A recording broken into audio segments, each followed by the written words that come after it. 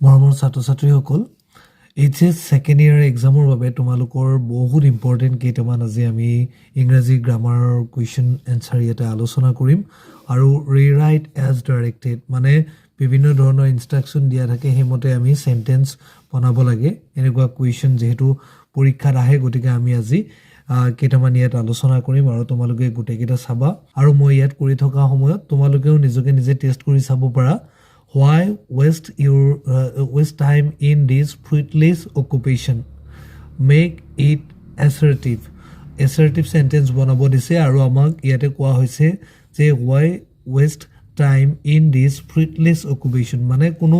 ফল নধৰা কোনো কামত নহা occupation এটা কামত কিয় টাইম ৱেষ্ট কৰিব লাগে কুৱেশ্যন এইটো ইণ্টাৰগেটিভ সেন্টেন্স assertive বনাব লাগে এতিয়া assertive sentence বনাবলৈ যাওঁতে আমি এটো লিখিব পাৰো this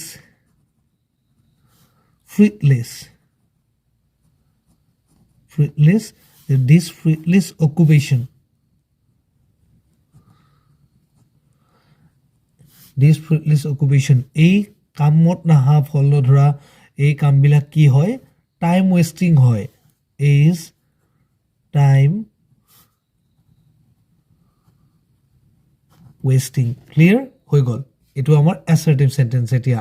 why waste time in this fruitless occupation interrogative sentence আমি assertive বনালো this fruitless occupation is time wasting clear it is often difficult to speak the truth সঁচা কথা ক'বলৈ অলপ টান হয় বুলি কোৱা হৈছে প্ৰায় টান ইয়াতে কোৱা হৈছে make negative without changing meaning অৰ্থ সলনি নকৰাকৈ negative sentence বনাবলৈ দিয়া হৈছে গতিকে আমি অৰ্থ সলনিও কৰিব নোৱাৰিম আৰু কিন্তু নেগেটিভ বনাব লাগিব সো আমি ক'ব পাৰো it is not আমাক কুৱেশ্যনত কৈছে এইটো প্ৰায় it is often difficult to speak the truth সত্য কথা ক'বলৈ প্ৰায় এইটো কি হয় অলপ কঠিন গতিকে আমি এইটো ক'ব পাৰো যে it is not often easy এইটো প্ৰায় ইমান সহজ নহয় কি কৰিবৰ বাবে to speak the truth যে আমাক কোৱা হৈছিল it is often difficult to speak the truth আমি কলো it is not often easy to speak the truth মানে সঁচা কথা কোৱাটো ইমান সহজ নহয় বুলি আমি কলো মানে নেগেটিভ কৰিও দিলো not আনিলো আৰু অৰ্থ সলনি কৰা নাই Being ill, he could not attend school. Make it compound. আমাক compound sentence বনাবলৈ দিয়া হৈছে গতিকে compound sentence আমি এটো being ill মানে তাৰ অসুখ হৈ থকা বাবে হি স্কুলত যাব পৰা নাছিল গতিকে আমি কম he could not attend কি attend কৰিব পৰা নাছিল the school কিয় as he was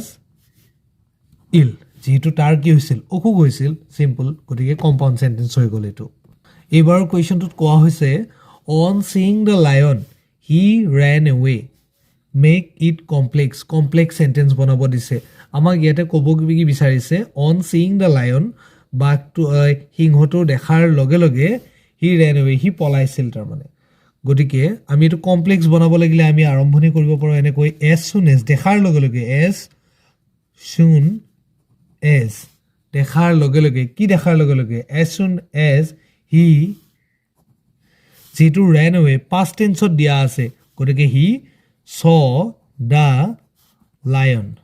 as soon as he saw the lion he কি কৰিছিল he ran away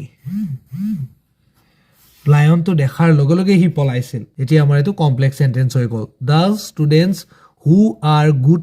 do their homework regularly কি কোৱা হৈছে সোৱা the students who are good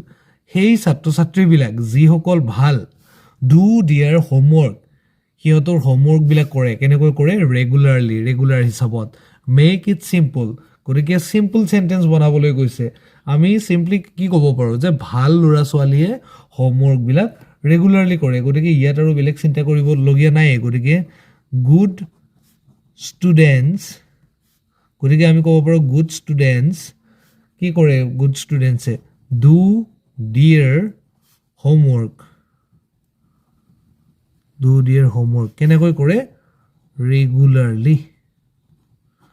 simple গতিকে ইয়াত কোনো ধৰণৰ অসুবিধাই নাই next Atul is the best boy in the class শ্ৰেণীটোৰ ভিতৰতে অতুল আটাইতকৈ ভাল ল'ৰা চেঞ্জ ইনটু পজিটিভ ডিগ্ৰী কৰিবলৈ দিয়া হৈছে গতিকে আমি ক'ব পাৰোঁ কি যে অতুল যেহেতু ক্লাছটোৰ ভিতৰতে আটাইতকৈ ভাল ল'ৰা আমি ক'ব পাৰোঁ যে অতুলৰ নিচিনা ল'ৰা ক্লাছতে নাই গতিকে ক'ব পাৰোঁ নো আদাৰ বয়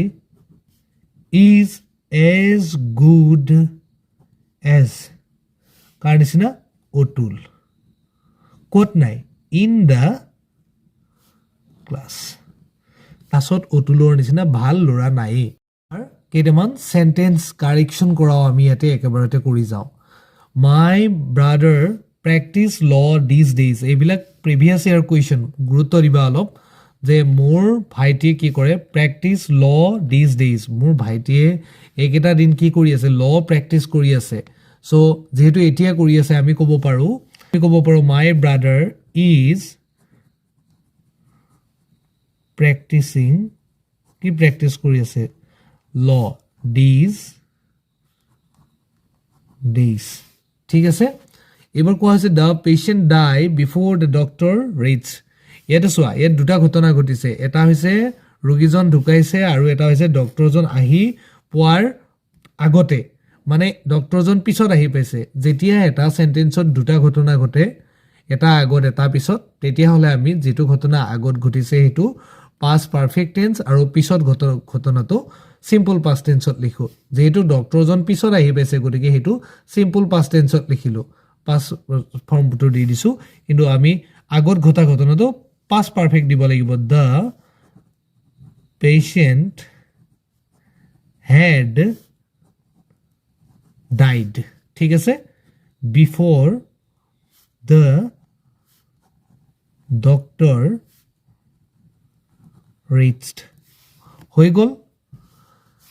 you sleep when I entered the room মই যেতিয়া ৰুমত খুমাইছিলো তেতিয়া তুমি কি কৰি আছিলা শুই আছিলা গতিকে আমি ক'ব পাৰো you